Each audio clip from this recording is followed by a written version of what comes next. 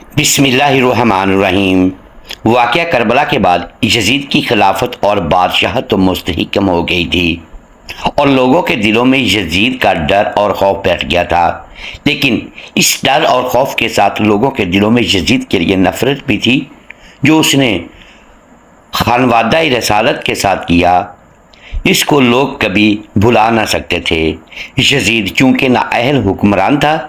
اسی لیے اس کی حکومت صرف دمشق اور شام کے علاقوں تک ہی مضبوط اور مستحکم رہی، جبکہ دور دراز کے علاقے اس کے تسلط میں ہونے کے باوجود اس کے ہاتھ سے ریت کی طرح پھسل رہے تھے۔ یزید عیاشیوں اور غیر اخلاقی سرگرمیوں میں ملوث رہا،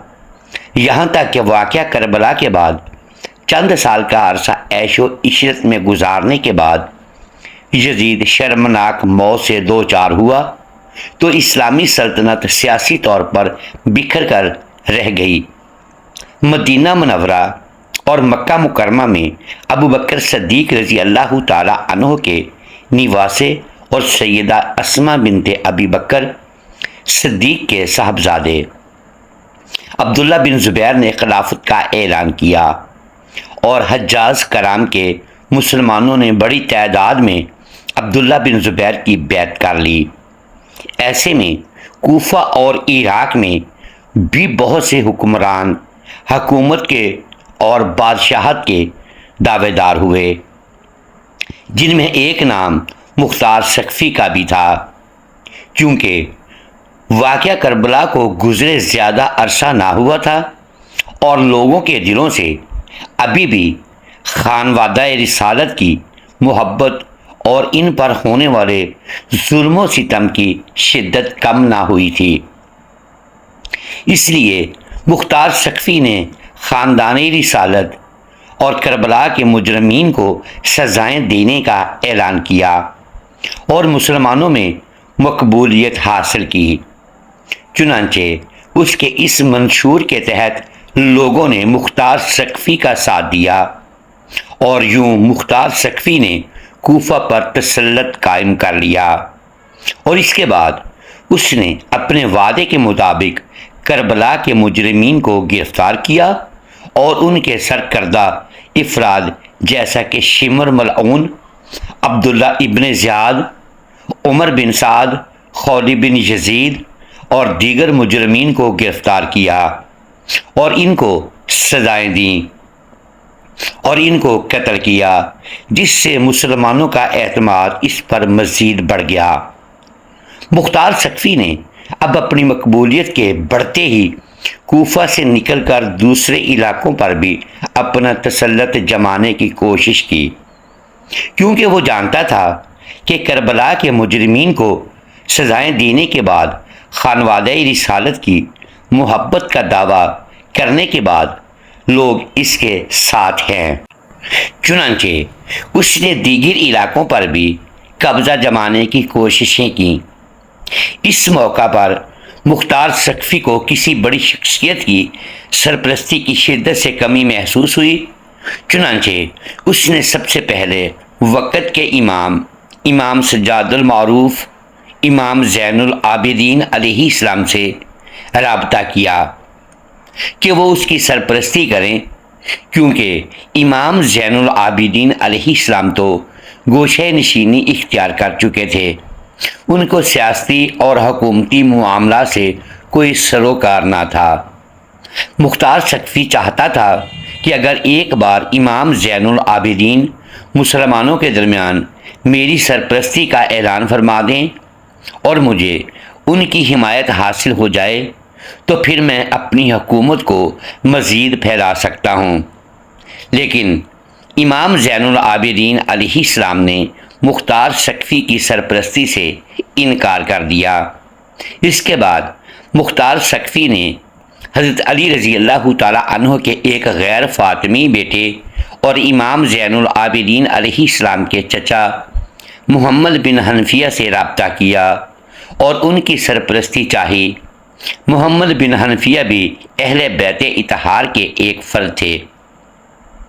اور ان کا عزت اور مرتبہ بھی بہت بلند اور بالا تھا،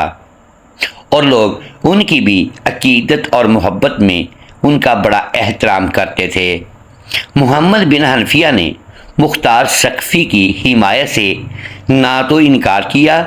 اور نہ ہی اس کا اعلان کیا۔ اسی ملے جلے رجحان کا فائدہ مختار کو ہوا اور بہت سے مسلمان محمد بن حنفیہ کے واضح انکار نہ کرنے کی وجہ سے مختار ثقفی کے ساتھ جڑ گئے، جس کی وجہ سے مختار ثقفی کی طاقت میں اضافہ ہوا۔ عبداللہ بن زبیر چونکہ خود خلافت کے دعوے دار تھے اور حجاز میں مسلمانوں کی کثیر تعداد ان کو اپنا امام مانتی بھی تھی، لیکن دوسری جانب مختار ثقفی جو کہ عبداللہ بن زبیر کے لیے سردرد بن چکا تھا اور محمد ابن حنفیہ کی سرپرستی بھی عبداللہ بن زبیر کو کمزور کر رہی تھی۔ اس موقع پر عبداللہ بن زبیر نے مختار ثقفی سے سختی کے ساتھ نپٹنے کا فیصلہ کیا اور اپنے بھائی معصب بن زبیر کو مختار ثقفی کی سرکوبی کے لیے روانہ کیا۔ دوسری جانب بنو امیہ کے خلاف اقدامات کرنے کی وجہ سے بنو امیہ بھی مختار ثقفی کے شدید خلاف تھا اور بنو امیہ نے مختار ثقفی کی کردار کشی کے لیے بہت سی افواہیں اڑانا شروع کر دیں۔ معصب بن زبیر کے مقابلے میں مختار ثقفی مارا گیا اور عبداللہ بن زبیر کے حکم پر مختار ثقفی کے ہاتھ کاٹ کر معصب بن زبیر نے کوفہ کے مسجد میں لٹکا دیے۔ روایت میں آتا ہے کہ جب امام زین العابدین علیہ السلام نے مختار ثقفی کے سرپرستی سے انکار کیا تو اس نے محمد بن حنفیہ کو امامت کا دعویٰ کرنے پر اکسایا اور اس کی باتوں میں آ کر محمد بن حنفیہ نے امامت کا دعویٰ بھی کر دیا، جس کے جواب میں امام زین العابدین نے محمد بن حنفیہ کو عقل و فراست کا راستہ اپنانے کا حکم دیا۔ اور بعض شیعہ روایت میں آتا ہے کہ امام زین العابدین نے محمد بن حنفیہ کو کہا کہ حجر اسود سے اپنی امامت کی گواہی لیتے ہیں۔ چنانچہ یہ دونوں حضرات حجر اسود کے پاس گئے اور جا کر اپنی امامت کی شہادت مانگی تو حجر اسود نے محمد بن حنفیہ کی بجائے امام زین العابدین علیہ السلام کی امامت کی گواہی دی، جس کے بعد محمد بن حنفیہ نے امام زین العابدین کی امامت کو تسلیم کیا۔